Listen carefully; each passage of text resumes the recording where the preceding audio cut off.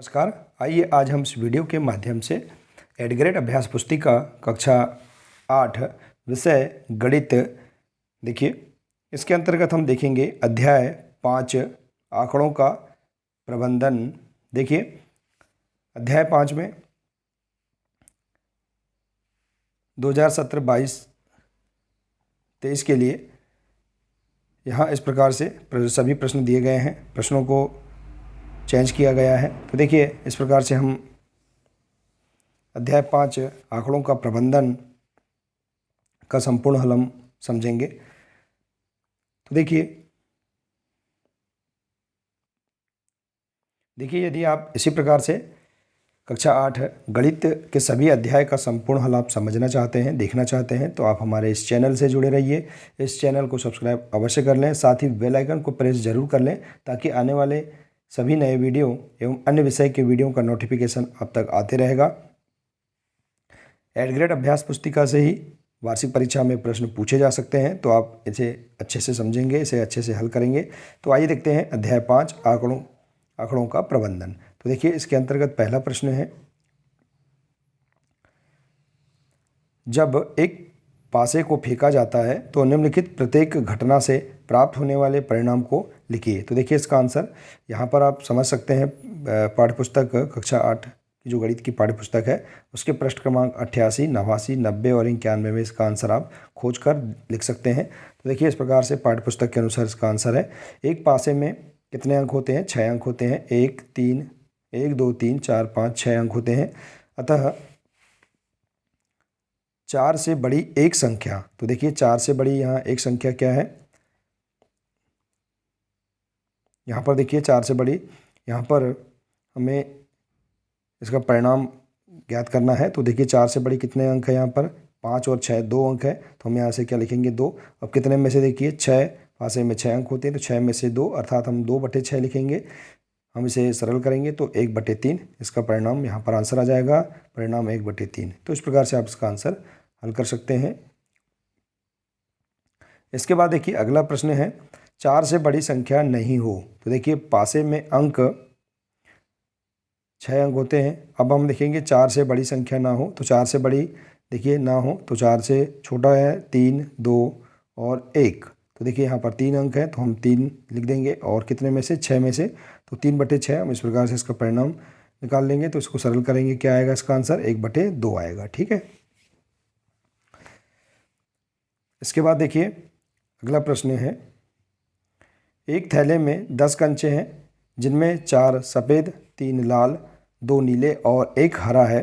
थैले में से बिना देखे कंचे निकाले जाते हैं, निम्नलिखित की प्रायिकता क्या होगी? तो देखिए इसका आंसर पृष्ठ क्रमांक 89, 90 और 91 से आप खोजकर इस प्रकार से लिख सकते हैं।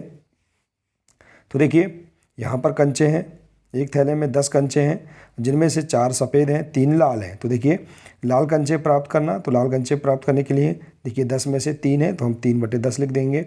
इसके बाद है सफ़ेद कंचा ना प्राप्त करना। तो देखिए सफ़ेद कंचा 4 है। अब देखिए 4 सफ़ेद कंचे हैं, तो इसमें से 10 कंचे में से 4 सफ़ेद हैं, तो 6 न प्राप्त करने वाले कंचे हैं, तो हम 6/10 इसे लिखेंगे। इसे सरल करेंगे, देखिए 2 तिया 6 और 2 पंचे 10, 3/5 इसका आंसर आ जाएगा। इसके बाद देखिए अगला प्रश्न है, देखिए इसी प्रकार से इसमें दिया है, पेज नंबर है 74। अगला प्रश्न है प्रश्न 3, निम्न दंड आलेख में अलग अलग शैक्षिक वर्षों में कक्षा 8 के विद्यार्थियों की संख्या दर्शाई गई है। दंड आलेख को देखकर निम्नलिखित प्रश्नों के उत्तर दीजिए। देखिए इस प्रकार से दंड आलेख दिया गया है, जिसमें दिया गया है शैक्षिक वर्ष 2003-4, 2004-5, 2005-6, 6-7 और 7-8, और कक्षा 8 के विद्यार्थियों की संख्या दी गई है 0, 50, 100, 150, 200, 250, 300 और 350। इस प्रकार से यहाँ पर एक दंड आलेख दिया गया है। अब इसमें दिया है, इस दंड आलेख द्वारा क्या सूचना दी गई है? इन प्रश्नों के आंसर हम इसी के आधार पर करेंगे। तो देखिए इस दंड आलेख के द्वारा क्या सूचना दी गई है, यहाँ हम देखकर बता सकते हैं। इसका आंसर आप गणित की पाठ्यपुस्तक के पृष्ठ क्रमांक 74 से आप देख सकते हैं। दंड आलेख की लंबाई प्रत्येक श्रेणी की मात्रा को दर्शाती है। तो इस प्रकार से आप इसका आंसर लिख सकते हैं। पहला ब नंबर है, किस वर्ष में विद्यार्थी की संख्या में अधिकतम वृद्धि हुई है? तो देखिए 2007-8 में, यहाँ पर देखेंगे आप 2007-8 में विद्यार्थियों की संख्या में सबसे अधिकतम वृद्धि हुई है। इसके बाद है, बताइए कि यह सत्य है या असत्य है। 2005-6 में विद्यार्थियों की संख्या 2003-4 की संख्या की दुगनी है। देखिए यहाँ पर 2005-6 में विद्यार्थियों की संख्या 2003-4 से दुगनी है। तो देखिए यहाँ पर 100, 2003-4 में 100 है और इसके बाद 5-6 में 200 है। देखिए 2005-6 में विद्यार्थियों की संख्या 2003-4 की संख्या की दुगनी है। तो देखिए आप यहाँ बता सकते हैं 2005 और 6 में यहाँ पर 250 है। तो देखिए दुगनी से भी अधिक है, तो आप यहाँ पर आंसर असत्य लिख देंगे। यहाँ देखिए मिसप्रिंट हो चुका है, इसे असत्य लिख देंगे। और देखिए यहाँ पर दिया है इसका आंसर, किस वर्ष में विद्यार्थी की संख्या अधिकतम है? तो आप 2007-8 में विद्यार्थियों की संख्या अधिकतम है, ऐसा लिख सकते हैं। तो इस प्रकार से आप यहाँ पर इस प्रश्न का आंसर लिख सकते हैं। इसके बाद देखिए अगला प्रश्न है, प्रश्न 4, निम्न द्विदंड आलेख में 2 शैक्षिक वर्षों में एक विद्यार्थी द्वारा अलग अलग विषयों में प्राप्त किए गए अंक दिए गए हैं। द्विदंड आलेख को देखकर निम्नलिखित प्रश्नों के उत्तर दीजिए। तो देखिए इस प्रकार से यहाँ पर द्विदंड आलेख दिया गया है, एक 2005-6 और 2006-7 के लिए। यहाँ विषय दिए गए हैं, गणित, सामाजिक विज्ञान, विज्ञान विषय, अंग्रेजी और हिंदी, और एक विद्यार्थी द्वारा प्राप्त किए गए अंक भी यहाँ पर दिए गए हैं। तो देखिए इसके आधार पर हम प्रश्नों के आंसर कैसे हल करेंगे। देखिए इस द्विदंड आलेख द्वारा क्या सूचना दी गई है? तो देखिए इसका आंसर, इसके द्वारा आंकड़ों के 2 समूहों को एक साथ दर्शाने वाला आलेख है यह। इसके बाद है ब नंबर का, किस विषय में विद्यार्थी के प्रदर्शन में सबसे अधिक सुधार हुआ है? तो देखिए यहाँ पर गणित विषय में देखिए यहाँ पर सुधार हुआ है 2005-6 में, इसके आधार पर 2006-7 में यहाँ सुधार हुआ है। इसके बाद है, किस विषय में प्रदर्शन में गिरावट आई है? तो देखिए यहाँ पर देखेंगे हम किस विषय में प्रदर्शन में गिरावट आई है, अंग्रेजी विषय में। और इसके बाद है, किस विषय में प्रदर्शन में समान रहा है? तो देखिए यहाँ पर हिंदी विषय प्रदर्शन में समान रहा है। तो इस प्रकार से आप दंडालेख के आधार पर इन प्रश्नों के आंसर आसानी से दे सकते हैं। इसके बाद देखिए अगला प्रश्न है, प्रश्न 5 है, 10 पृथक पर्चियों पर 1 से 10 तक संख्याएं लिखी हुई हैं। एक पर्ची पर एक संख्या, उन्हें एक बॉक्स में रखकर अच्छे प्रकार से मिला दिया जाता है। बॉक्स के अंदर से बिना देखे एक पर्ची निकाली जाती है। निम्नलिखित की प्रायिकता क्या है? तो देखिए यहाँ प्रश्न दिए गए हैं, संख्या 6 प्राप्त करना, 6 से छोटी एक संख्या प्राप्त करना, 6 से बड़ी एक संख्या प्राप्त करना, और एक अंक की एक संख्या प्राप्त करना। तो देखिए इन प्रश्नों के आंसर आप पृष्ठ क्रमांक 92 से आप देख सकते हैं। यहाँ हमारे पास प्रायिकता का सूत्र होता है अनुकूल परिणाम बटे कुल परिणाम। ठीक है, हम यहाँ समझ सकते हैं 10 पृथक पर्चियों पर 1 से 10 तक संख्या लिखी है। तो देखिए हम पर्ची, हमारे पास हम एक पर्ची है जिनमें 1 से 10 तक हम ऐसे अंक लिख देंगे। अब हम इसके आधार पर समझते हैं, उन्हें एक बॉक्स में रखकर अच्छी प्रकार से मिला दिया जाता है। बॉक्स के अंदर से बिना देखे एक पर्ची निकाली जाती है।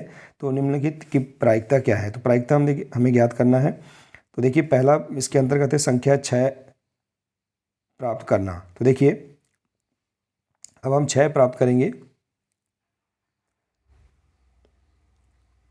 तो देखिए यहाँ पर 10 में से 6 हमें प्राप्त होगा, तो 1/10 हम इस प्रकार से इसकी प्रायिकता लिख देंगे। इसके बाद देखिए ब नंबर का है, 6 से बड़ी एक संख्या प्राप्त करना। देखिए सॉरी, ब नंबर है 6 से छोटी एक संख्या प्राप्त करना। तो 6 से छोटी एक संख्या क्या है? 5 है। तो देखिए 6 से छोटी संख्या कितनी है? यहाँ पर 5 है, 1 2 3 4 5। तो देखिए अब हम इसे 5/10 इस प्रकार से लिखेंगे। तो इसका आंसर क्या आ जाएगा? 1/2 आ जाएगा। ठीक है, अब है स नंबर का, 6 से बड़ी एक संख्या प्राप्त करना। इसकी प्रायिकता देखिए, तो 6 से बड़ी देखिए यहाँ पर कितनी है? 7, 8, 9 और 10। 6 से बड़ी संख्या है तो हम क्या लिखेंगे? 10 में से 4।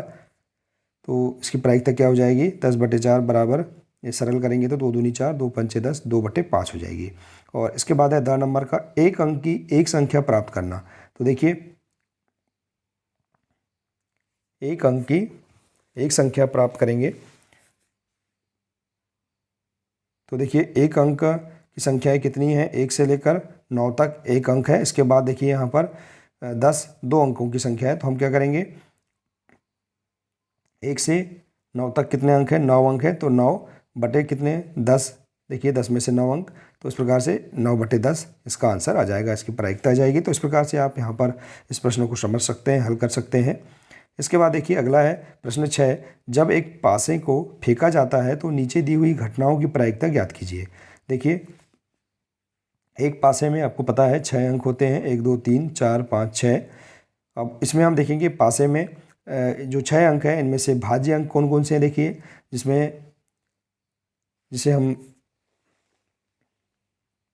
किसी संख्या का भाग चला जाता है तो उसे हम भाज्य कहते हैं, जैसे 4 और 6। और अभाज्य संख्या देखिए यहाँ पर हम समझेंगे कि एक ना तो भाज्य संख्या है ना ही अभाज्य संख्या है। तो अब देखिए अभाज्य संख्या कौन कौन सी है? जिसमें किसी भी संख्या का भाग नहीं जाता है, स्वयं वही संख्या होती है, तो ये अभाज्य संख्या है। जैसे कि 2, 3 और 5, इसमें किसी अन्य संख्या का भाग नहीं जाता है, तो ये अभाज्य संख्या है। और एक ना भाज्य है ना अभाज्य है। ठीक है, अब हम इसके आधार पर समझेंगे इन प्रश्नों के आंसर। देखिए एक अभाज्य संख्या, तो देखिए इनके आंसर आप इस प्रकार से दे सकते हैं। एक अभाज्य संख्या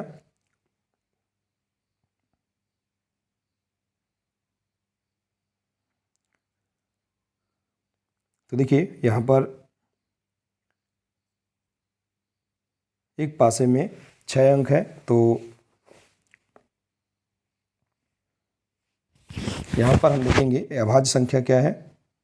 2, 3, 5। तो हम यहाँ पर एक अभाज्य संख्या लिख सकते हैं 3/6। देखिए तो इसका आंसर क्या आ जाएगा? 1/2 आ जाएगा। इसके बाद देखिए 12 नंबर का एक अभाज्य संख्या नहीं है।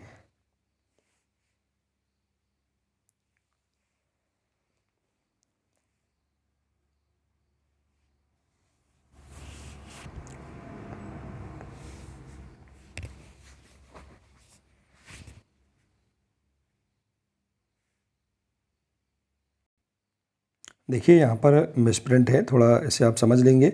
इसके बाद देखिए 7 नंबर का 5 से बड़ी एक संख्या। तो देखिए 5 से बड़ी एक संख्या क्या है? 6 है, एक अंक है तो 1/6। तो इसकी प्रायिकता हो जाएगी 1/6। 10 नंबर का 5 से बड़ी एक संख्या नहीं है। तो देखिए 5 से बड़ी संख्या, 5 से छोटी संख्या कौन कौन सी है? 4, 3, 2, 1। इनकी संख्या कितनी है? 4 है तो 4/6। तो हम इसे सरल करेंगे, 2 दूनी 4 और 2 तिया 6, तो 2/3 इसका आंसर आ जाएगा। ठीक है, तो इस प्रकार से आप यहाँ पर सभी प्रश्नों के आंसर आप हल कर सकते हैं। इसके बाद देखिए अगला प्रश्न है, देखिए प्रश्न है दिए गए पाई चार्ट में सिंचाई के विभिन्न तरीकों को दर्शाया गया है। पाई चार्ट पढ़ें और निम्नलिखित प्रश्नों के उत्तर दीजिए। देखिए पाई चार्ट यहाँ दिया गया है इस प्रकार से, जिसमें ट्यूबवेल 25%, नहर 46%, अन्य तरीके 12% और टैंक है 17%। अब देखिए इनके आंसर आप आसानी से दे सकते हैं। कितने प्रतिशत भूमि नहरों द्वारा सींची जाती है? तो आप देखेंगे यहाँ पर नहरों द्वारा 46% भूमि सींची जाती है। इसके बाद है 17% भूमि किस माध्यम से सींची जाती है? तो 17% भूमि टैंक के माध्यम से सींची जाती है। ट्यूबवेल से सींची जाने वाली भूमि का प्रतिशत कितना है? तो देखिए ट्यूबवेल से सींची जाने वाली भूमि का प्रतिशत 25% है। तो इस प्रकार से आप सभी आंसर लिख सकते हैं। इसे समझ सकते हैं गणित की पाठ्यपुस्तक के पृष्ठ क्रमांक 82, 83 और 84 और 85 से। अगला प्रश्न है, दिए गए आंकड़े किसी राज्य के वार्षिक उत्पादन को दर्शाते हैं। इन आंकड़ों को पाई चार्ट पर प्रदर्शित कीजिए। देखिए उत्पाद दिया गया है गेहूं, शक्कर, चावल और वार्षिक उत्पादन टन में 2750, 2500 और 1500। तो देखिए इसका आप हल इस प्रकार से कर सकते हैं। आप सारणी इस प्रकार से बना लेंगे। इस प्रश्न की समझ के लिए आप पृष्ठ क्रमांक 84, 85 को देख सकते हैं। देखिए इस प्रकार से मध्य, वार्षिक उत्पादन, संपूर्ण का भाग और केंद्रीय कोण, इस प्रकार से आप सारणी बनाकर इसे आप हल करेंगे। और पाई चार्ट इस प्रकार से आप बनाएंगे। देखिए, तो हम यहाँ पर लिख देते हैं मद, गेहूँ, शक्कर, चावल, वार्षिक उत्पादन भी लिख देंगे। देखिए 2750, 2500 और 1500। संपूर्ण का भाग देखिए, अब हम संपूर्ण कितना है देखिए यहाँ पर, इसे हम जोड़ देंगे तीनों का तो हमारे पास आएगा आंसर 6750। अब इसका भाग हम गेहूं का भाग निकालेंगे 6750 में से 2750। तो देखिए इसे हम सरल करेंगे, शून्य से शून्य क्रॉस हो जाएगा तो 275 बटे 675, 675 में हम 200 देखिए इस प्रकार से इसे सरल करेंगे तो क्या आएगा इसका आंसर 11 बटे 27। आप इसे हल कर लेंगे। इसके बाद देखिए शक्कर 2500 है, संपूर्ण का भाग निकाल लेंगे हम 6750 में से, तो देखिए इस प्रकार से आंसर आ जाएगा 10 बटे 27। इसी प्रकार से आप देखिए यहाँ पर इसके केंद्रीय कोण भी ज्ञात कर सकते हैं। तो देखिए केंद्रीय कोण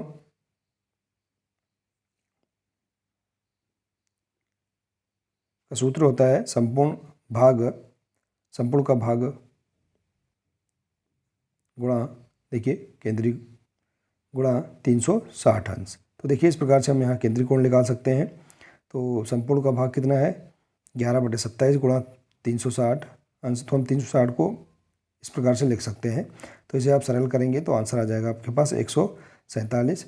इसके बाद है इसका भी हम संपूर्ण के भाग से हम केंद्रीय कोण ज्ञात कर सकते हैं और इसके बाद चावल का भी हम केंद्रीय कोण इस प्रकार से ज्ञात कर सकते हैं। अब इसके बाद देखेंगे हमारे पास पाई चार्ट के लिए यहाँ मान दिए गए हैं, केंद्रीय कोण दिए, तो इसके आधार पर आप चांदे की सहायता से पाई चार्ट बना सकते हैं। देखिए इस प्रकार से यहाँ पर एक बिंदु लेकर आप देखिए केंद्रीय कोण बना सकते हैं। 147 अंश गेहूँ इस प्रकार से, और चावल 80 अंश या 80 डिग्री, और शक्कर 133 अंश। इस प्रकार से आप यहाँ चांदा रखकर इनके कोण आप बना सकते हैं। देखिए इस प्रकार से इस प्रश्न का हल आप कर सकते हैं। इसके बाद देखिए अगला प्रश्न है 672 विद्यार्थी के स्कूल आने जाने के विभिन्न साधनों को पाई चार्ट में दर्शाया गया है। चार्ट देखें और निम्नलिखित प्रश्नों के उत्तर दें। देखिए पाई चार्ट यहाँ दिया गया है, 600 विद्यार्थी, कुल 672 विद्यार्थी हैं। तो देखिए पैदल चलने वाले इसके लिए 80 डिग्री, साइकिल के लिए 90 डिग्री या 90 अंश, कार के लिए 70 अंश और बस के लिए 120 अंश यहाँ पर दिया गया है। अब हम प्रश्नों के आंसर देखेंगे। कितने विद्यार्थी साइकिल से स्कूल जाते हैं? तो देखिए यहाँ पर इसका आंसर हम देख सकते हैं।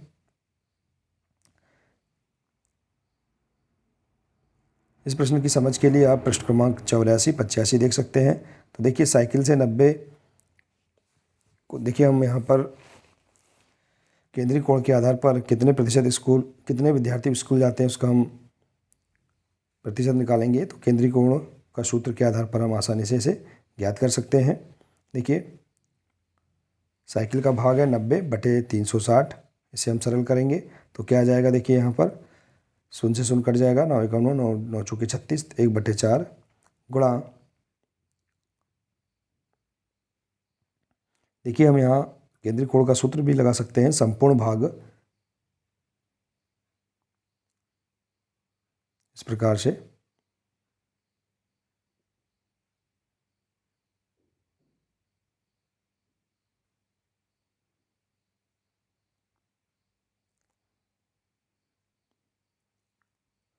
गुणा 360। इस प्रकार से आप यहाँ पर सूत्र के माध्यम से इसे हल कर सकते हैं।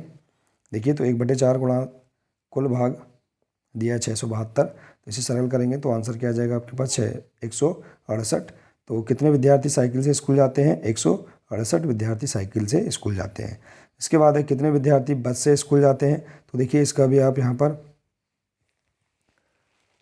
मान ज्ञात कर सकते हैं। इस आधार पर देखिए 120 बटे 360, तो शून्य से शून्य क्रॉस हो जाएगा, 12 एकम 12, 12 तिया 36। अब हम गुणा संपूर्ण विद्यार्थी इसका गुणा कर देंगे। देखिए 1/3 गुणा 672 बराबर आंसर आ जाएगा आपके पास 224। तो कितने विद्यार्थी बस से स्कूल जाते हैं? तो 224 विद्यार्थी बस से स्कूल जाते हैं। तो इस प्रकार से आप इस प्रश्न को हल कर सकते हैं। अगला प्रश्न है दिए गए आंकड़े व्यक्तियों के एक समूह द्वारा पसंद किए जाने वाले रंगों को दर्शाते हैं। इन आंकड़ों को पाई चार्ट पर प्रदर्शित करें। देखिए यहाँ पर आंकड़े दिए गए हैं, व्यक्ति का प्रतिशत दिया है और रंग दिया है। लाल रंग 45%, हरा रंग 30% और पीला रंग 25%। ठीक है, तो अब हम देखिए इसके आधार पर सरणी इस प्रकार से बना लेंगे। इसे आप समझ सकते हैं पृष्ठ क्रमांक 83, 84 और 85 से। देखिए रंग, व्यक्ति का प्रतिशत और संपूर्ण का भाग और केंद्रीय भाग। तो इस प्रकार से हम यहाँ पर इस सारणी के आधार पर इसे हल कर सकते हैं। देखिए लाल रंग का 45% है, हरा रंग 30% है और पीला रंग 25%। संपूर्ण का भाग देखिए हम यहाँ इसे हल करेंगे 45/100 गुणा, तो देखिए इसे हम प्रतिशत में निकाल लेंगे, प्रतिशत में दिया है तो 45/100 आ जाएगा। तो इसे हम सरल करेंगे तो क्या आ जाएगा, संपूर्ण भाग 9/20। इसी प्रकार से 30% तो 3/10 और 25% में 1/4। तो देखिए अब केंद्रीय भाग हम ज्ञात करेंगे। केंद्रीय भाग बराबर क्या होता है, संपूर्ण भाग गुणा 360 है। तो देखिए इस प्रकार से हम यहाँ पर मान रख देंगे और इनका हमारे पास माना जाएगा लाल रंग 162 और हरा रंग 108 और पीला रंग 90। तो इस प्रकार से यहाँ पर